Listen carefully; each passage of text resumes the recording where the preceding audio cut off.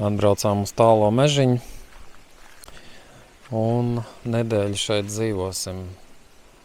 Puikam mazajam būs detoks no telefoniem un mēs iekārtosim tādu kā apmetnes vietu priekš tiem, kuri gribēs būt esības sajūtā ar mums kopā. Lai to izdarītu, mums ir šī vieta jāiedzīvo, tāpēc šeit kādu nedēļu paies, kamēr mēs te visu izpļausim, visus darbiņus izdarīsim, uguns vietu sakopsim, visu, te daudz darbiņu vēl. Vajag tikai šito? Nu, pagaidām jā, pēc tam vajadzēs vēl kaut ko. Nu, tiešām reāli ies pāri ar kurpēm, viss ceļš ļambāsies.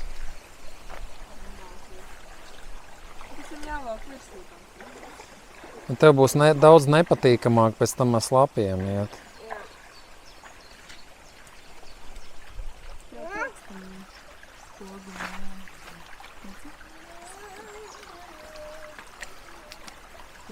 Kur spoguļojās?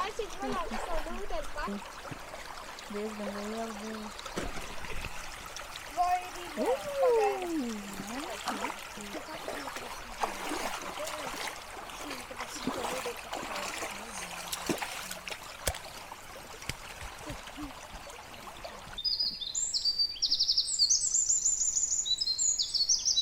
Jā, 12. gadu es šeit pļauju šo taku. Un vismaz 3 reizes pa sezonu. Pagājuši gadu te nebija īpaši nekāda pasākuma. Tam bija kaut kādas 3 reizes pļauju. Un tad jau ir caur tiem krūmiem iezīmējusies tāda konkrēta taka. Un tas tie krūmi, kad tur sāk augt, ja, tad kā viņas krūmzāļi, tā kā krūmgriezi nogriež nost, un tad šitādā džunglī izveidojās tāda ļoti patīkama eja. Un es kaut kā tā arī iztēlojos, kad, ja tev ir mežs, tu vari uztaisīt no sava meža pasaku mežu. Un tikai tad tam mežam ir jābūt aizsargātam. Tur nevar būt tā, ka tur notiek kaut kādas zāģēšanas procesi. Tad tu to taku gadiem audzē. Un tur var taisīt tādas tā kā ārkas no dzīviem kokiem, ar vīteņiem apaudzēt, kaut kur pļavās, kur taka iet cauri pļaviņai, jā, tur var kaut kādas ziedus sastādīt gar malu. Un padarīt to par maģisko taku. Cilvēks ieiet tādā takā un iznāk ārā jau uzlabotā versija, kā saka.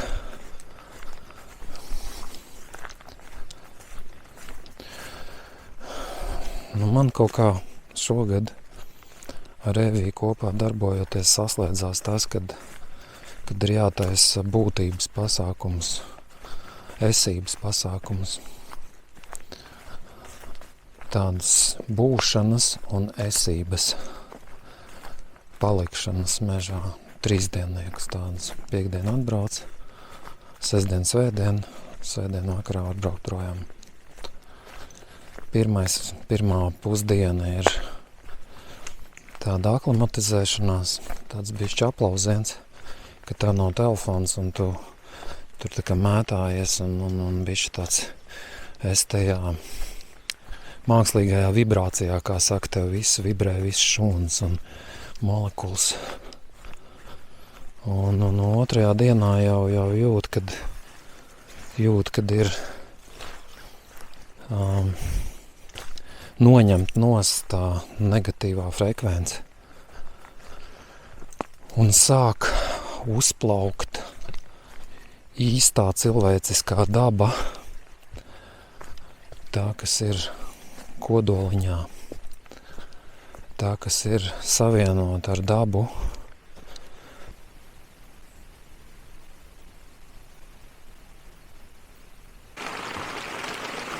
Nekas nesolīja, ka būs lietas. Nu, tieši kā reizes beidz pļaut. Un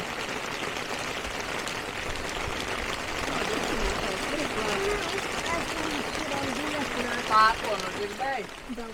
Alright? Pērkonu. nu, tas jau tāds nepērkons. Uzbūcināja pērkonu.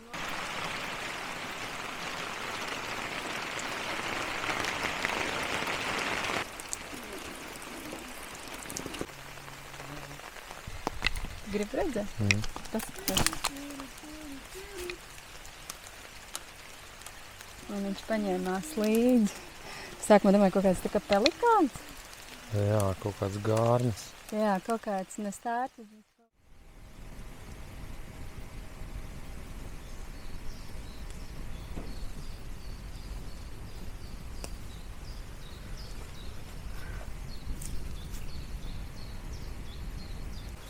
Tas ir kā tas strādā. Kas tieši?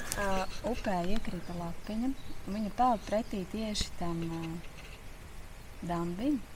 Es domāju, viņa tur reāli iesprūdīs un paliks. Bet viņa tāds, tā kā tāds dzīves cilvēks, tā kā dzīva būtne, atverās, atcitās, un viņa reka tika pa šejieni. Te, kur ir tas brīvais un aizpūda tālāk. Apgāja visu to dambu. Visā garumā.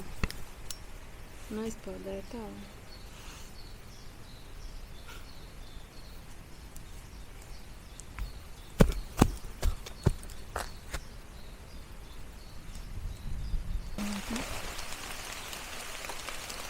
Tas ir jābūt veravītām. Iron Beach, būs galvenais sarkanam.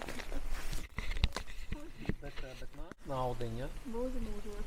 Gribi nopelnīt, te dzīvo. Tas cita atrast tev asolī, ka tu varēsi te nopelnīt.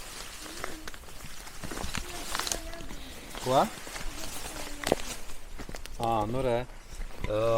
Es tev došu kaut kādu darbiņu un iedošu naudu par to. Mums jāizdomā, cik tu gribi.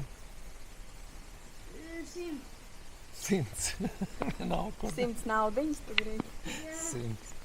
Vienalga, ko dari, jā, 100. Jā? Nedēļā. 100 nedēļā. Ja- Tas ir iztrimerēt visu un ielaist viesus šajā vietā. Kas grib tur padzīvot. Nu, tā kā uzturēt šo vietu.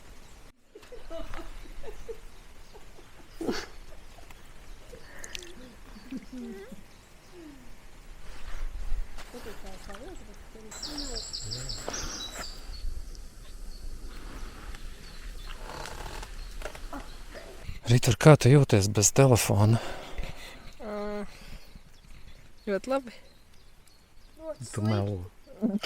Nē, es jūtos ļoti labi. Jā, baigi. Tāpēc, ka tur rīt brauks prom.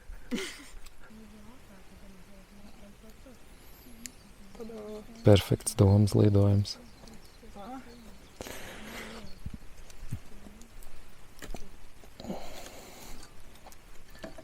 Ko mēs tad dzeram? Neveselīgo mākslīgo pienu. Lēm klāt pie matētējas. Šī ir pirmā diena.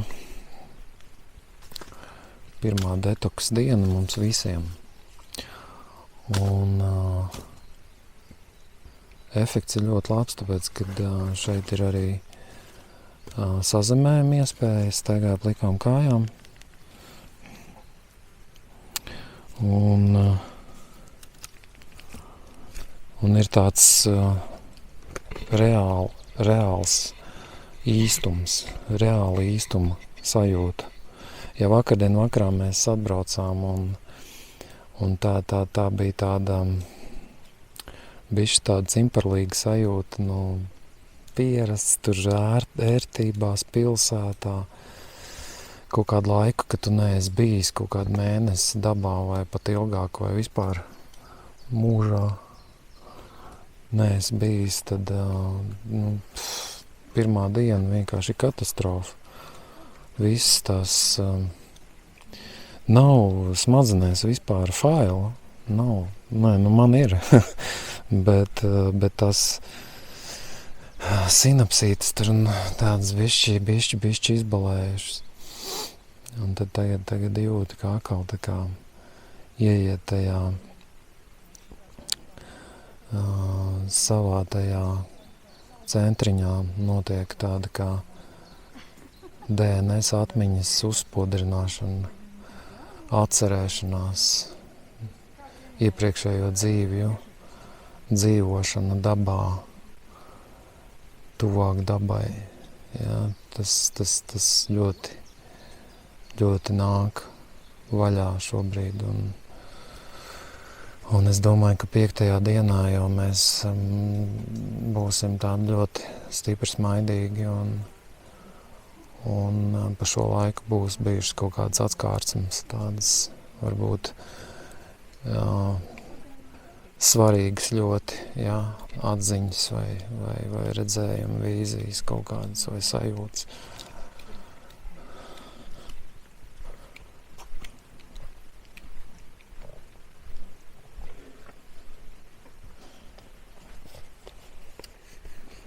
Ievācos. Kur tu ievācies? Tevs palikšana dzīvo. Jā? Dzīvoklī. Nu, ja man šitāda meža sieviete dieviņš piedāvā, tad es arī varētu palikt. Principā. Mēs pārvācamies meža dzīvo. Jā, mēs pārvācamies. Mēs te paliekam.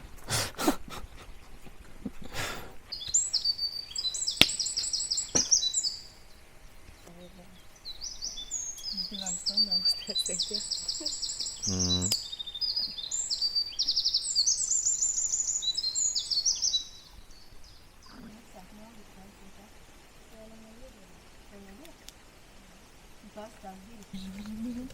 Tā DJ kustība.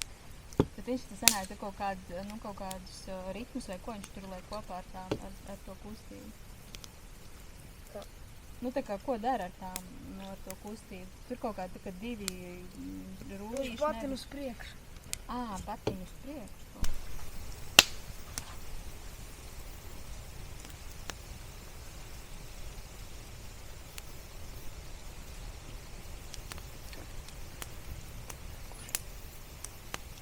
Es ieraudzīju to scenāriju, kāds būs, ja jūs paliksiet pie datoriem, un es atbraukšu bez jums.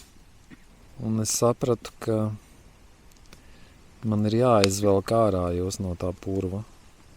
Reku, tu vari runāt mikrofonā, reku ir mikrofons. Ko? Tikko startoju. Labi. Kāpēc es Austri paņēmu līdz 5 dienām? Jā, kāpēc tu viņš šeit esi atvedis? Viņam bija jautājums ļoti nopietnas tev. Nu, es redzu, ka Austris, viņš pārsvarā dzīvo tajā realitātē, tajā digitālajā realitātē. Un šeit atvedot, tas ir labs veids, kā izvilkt ārā no tās pasaules un sazemēt ar šo pasauli. Nevis ar kaut kādām pilsētas aktivitātēm vai pulciņiem, bet tieši konkrēti šitajā mieriņā pie ugunskura, ūdens, upe, jā, gaiss, viss klusums, miers, jā, nav nevienam gadžeti. Un tādā veidā ļoti, ļoti labi var to procesiņu veikt. Man nepatīk puķītes turēt. Tas ir mikrofons, nemaz mirstu līšu, sapīts bizēm. Man patika tas pirmais specefekts, kad Austrija, kad tu ar Ritvaru atnācāt šeit uz štābiņu līdz galam. Atceries, ko tu darīji pats, ja? Neatceries, ko tu darīji? Ko Ritvars darīja? Jūs uzreiz ļoti aktīvi aizgājāt pie upes un sākāt darboties ar tur esošo materiālu, ar ūdeni, ar smiltīm. Tu aizgāji vēl pēc lāpstas un grābekļa, vai ne? Ritvars aizgāja. Ritvaram tur tam dambja projektam vajadzēja. Bet ko tu darīji? Atceries pirmā diena? Kad stundu jūs tur gandrīz darbojāties? Tu arī darbojies? Jā, nu tā jau ir darbošanās dabā. Un tad pēc apmēram stundas bija, tu teici, ka ir garlaicīgi un varētu jau nākošo dienā jau braukt prom vai vēl labāk tajā pašā vakarā. Bet šodien jau ir otrā diena, vai ne? Mēs esam te otro dienu. Laikās jau, kad mēnesi mēs te esam pēc sajūtām. Un tas, ko es šodien redzu, ka tu esi tāds jau rāmāks, mierīgāks, jā, tāds nosvērtāks, līdzsvarotāks, un tu jau te spēji jau tā būt, tā pamierīgo. Tev tur nenāk kaut kāda dusmiņa vai ne ārā, kaut kāda beigā emocija, kad es te... Es saprotu, ka es no šeit neiztikšu ārā. Tā ir tāda bezspēcības sajūta, tu esi tā kā samierinājies, jā? Ok, skaidrs.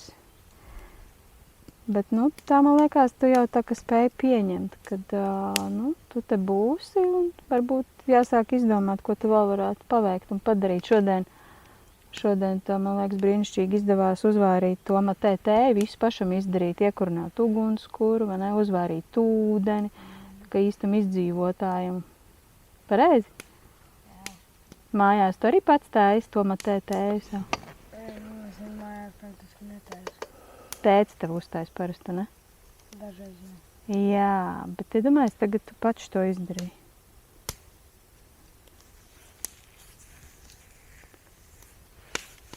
Visu vajadzīgo atradu un izdarīju. Tas tāds jauns prasmīts, man liekas, ko var te mācīties dabā un caur dabu. Tad turpināsim vērot, kas būs rītā, 3. dienā. Mēs jau paši sevi arī vērojam, mēģinam sajust, kas ar mums notiek katru dienu. Piemēram, šodien mums aptrūkās pārtika, mums vajadzēja braukt uz pilsētu kaut ko iepirkt, un vismaz es no šejienes gāju ārā ar tādu riktīgu smaidu, jo es zināju, ka es te atgriezīšos. Dzīve notiek šeit, tagad viņa man notiek.